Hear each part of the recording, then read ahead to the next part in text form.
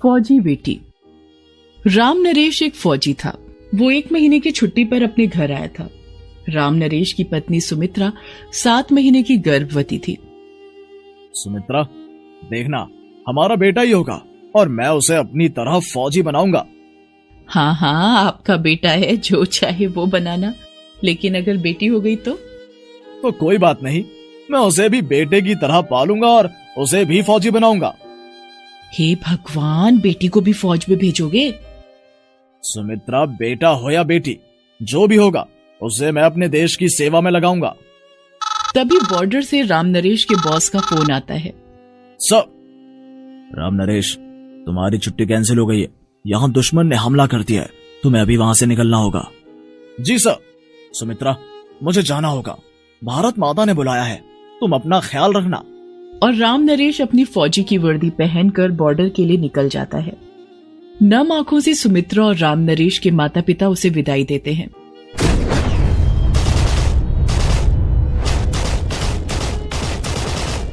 दो दिन के बाद तिरंगे में लिपटा राम नरेश का शव उसके घर आता है।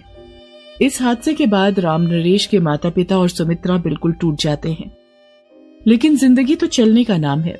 सुमित्रा अपना और अपने सास ससुर का पेट पालने के लिए गांव के एक हॉस्पिटल में साफ सफाई का काम करने लगती है। और 2 महीने बाद उसी हॉस्पिटल में सुमित्रा एक प्यारी सी बेटी को जन्म देती है। हे भगवान, हमारे तो किस्मत ही फूट गई, बेटी पैदा हुई है। ये भी अपनी माँ की तरह हॉस्पिटल में झाड़ू पोछा कर लेगी। अपने सास ससुर की बात सुनकर सुमित्रा बेहद दुखी हो जाती है। पिताजी, अभी तो ये पैदा हुई है, अभी इसके लिए ऐसी बात क्यों बोल रहे हैं? राम नरेश चाहते थे कि उनकी संतान पढ़ लिखकर उनकी तरह फौजी बने। देख बहू, हमारे घर में बेटियों को पढ़ाया लिखाया नहीं जाता, ये सब यहाँ नहीं चलेगा। हाँ, क्या कहा? इसे पढ़ाएगी? अरे चौका बर्तन सिखा देना बस। लेकिन सुमित्रा मन ही मन ठान लेती है कि वो अपनी बेटी को पढ़ाएगी और फौजी बनाएगी। चाहे जो हो जाए, मैं अपने पति का सपना जरूर पूरा करूंगी। सुमित्रा अपनी बेटी प्रेरणा को रोज अपने साथ हॉस्पिटल ले जाती और उसे वहीं सुलाकर अपना काम करती। धीरे धीरे प्रेरणा हॉस्पिटल में ही बड़ी होने लगी और वहां डॉक्टरों और नर्सों के साथ खेलती। नर्सें उसे खूब प्यार करती और उसे पढ़ना भी सिखाना शुरू कर दिया। बोलो, क से कबूतर, क से कबूतर, ख से खरगोश, ख से खरगोश। सुमित्रा, तुम्हारी बेटी पढ़ने में बहुत तेज है, इसका नाम स्कूल में लिखवा दो। सुमित्रा प्रेरणा का नाम गांव के स्कूल में लिखवा देती है। जब प्रेरणा स्कूल जा रही होती है तो चंद्र प्रकाश और कैलाशी उसे स्कूल जाने से मना करते हैं। कहाँ जा रही है थैला लेकर? बाबूजी, प्रेरणा स्कूल जा रही है। क्या कहा? स्कूल? देखो तो जरा, हमारे गांव की लड़कियां स्कूल नहीं जाती। स्कूल में तो सिर्फ लड़के ही पढ़ा करते हैं, वहाँ लड़की को भेजकर हमारी नाक कटवाएगी क्या? बाबूजी, माँ जी, आप लोग कान खोलकर सुन लीजिए। प्रेरणा मेरी बेटी है और मैं इसे स्कूल भेज कर रहूंगी। अपनी सास और ससुर के लाख विरोध के बावजूद सुमित्रा अपनी बेटी प्रेरणा को स्कूल भेजती है। प्रेरणा सुबह स्कूल जाती, दिन में वो अस्पताल में अपनी माँ के साथ रहती और वहीं पढ़ाई करती। धीरे धीरे समय बीतता गया। गांव में बिजली न होने के कारण रात में प्रेरणा घर के बाहर लालटेन जलाकर पढ़ाई करती। प्रेरणा को स्कूल आते जाते देखकर गांव वाले तरह तरह की बातें बनाते थे। अरे, ये तो राम नरेश और सुमित्रा की बेटी है ना? हाँ भाई, ये वही है। देखो तो कैसे लड़कों के साथ पढ़ने स्कूल जाती है, तनिक भी शर्म नहीं है इसे। लगता है चंद्र प्रकाश बाबू अपनी बहू और पोती को काबू में नहीं कर पाए। ग्रामीणों की बातें सुनकर प्रेरणा सुमित्रा को सारी बात बताती है। बेटी प्रेरणा, तू उन लोगों की बातों पर ध्यान मत दे, तू सिर्फ अपनी पढ़ाई पर ध्यान दे। तुझे अपने पिता का सपना पूरा करना है ना? ठीक है माँ, मैं सिर्फ अपनी पढ़ाई पर ध्यान दूंगी। प्रेरणा काफी मेहनती थी और पढ़ाई में हमेशा अव्वल आती थी। माँ देखो, मुझे 100 में से पूरे 98 मार्क्स मिले। मैं अपनी क्लास में फर्स्ट आई हूँ। बस बेटी, इसी तरह से आगे बढ़ती जा। और सुमित्रा खुशी से प्रेरणा का माथा चूम लेती है। प्रेरणा पढ़ाई करने में इतनी खो जाती कि उसे खाने पीने की भी सुध नहीं रहती थी। प्रेरणा बेटा, खाना खा ले। थोड़ी देर में खा लूंगी माँ, जरा इस प्रश्न का हल निकाल लूं।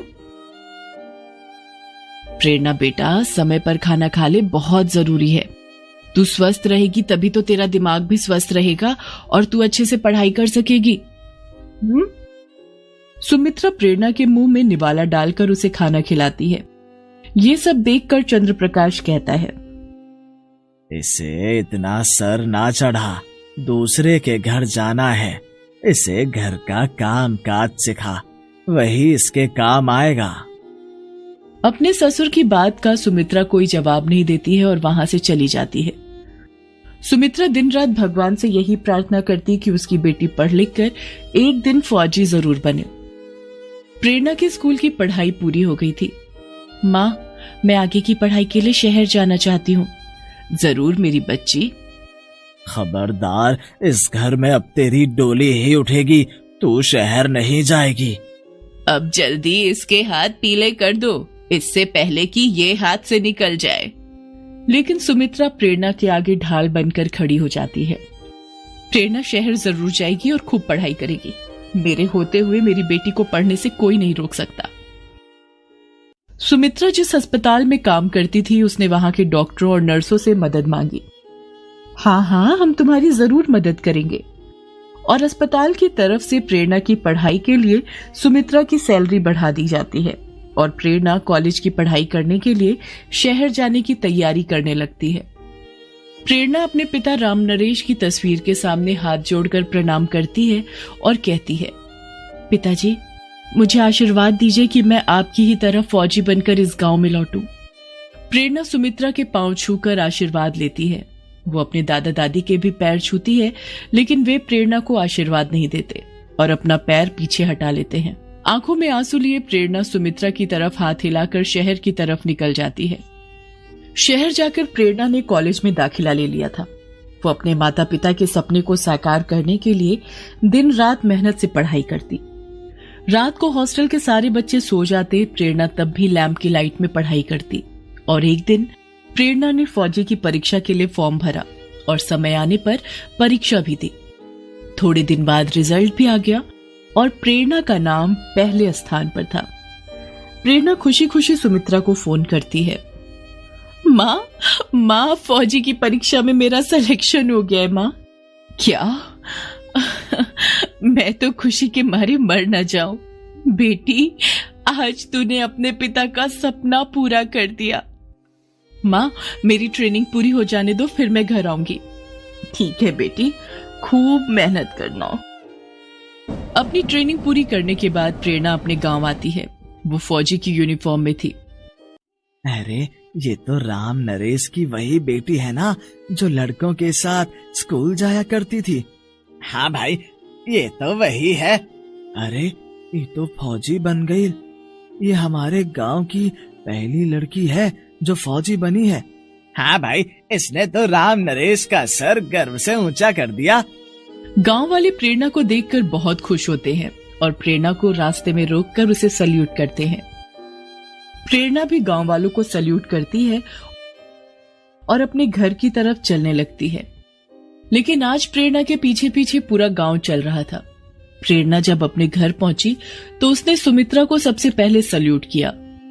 सुमित्रा प्रेरणा के साथ गांव वालों को देखकर डर जाती है। डरो मत सुमित्रा, हम लोग तो बहुत खुश हैं। प्रेरणा ने न केवल अपने खानदान का नाम रोशन किया है, बल्कि इसने पूरे गांव का नाम रोशन किया है। हाँ सुमित्रा, और हम लोग अपनी अपनी बेटियों को भी प्रेरणा की तरह ही बनाना चाहेंगे। गांव वालों की बात सुनकर सुमित्रा बहुत खुश हो जाती है। प्रेरणा के दादा दादी चंद्रप्रकाश और कैलाशी भी वहां आ जाते हैं। प्रेरणा उनके पैर छूकर उनका आशीर्वाद लेती है तो वो दोनों प्रेरणा को गले से लगा लेते हैं। आज राम नरेश का सपना पूरा हुआ। बेटी, हमें माफ कर देना। हमने तुम्हें बहुत गलत समझा। प्रेरणा के फौजी बनने की खुशी में गांव वाले प्रेरणा को शानदार तोहफा देते हैं और प्रेरणा का बहुत सम्मान करते हैं। कुछ दिन गांव में रहने के बाद प्रेरणा अपने पिता की तस्वीर के आगे हाथ जोड़कर राम नरेश का आशीर्वाद लेती है और अपने दादा दादी और अपनी माँ सुमित्रा का आशीर्वाद लेती है और प्रेरणा भारत माता की सेवा पर निकल जाती है। इस बार गांव से बाहर जाते समय सभी गांव वाले हाथ हिलाकर प्रेरणा को विदा कर रहे थे। Please subscribe this channel.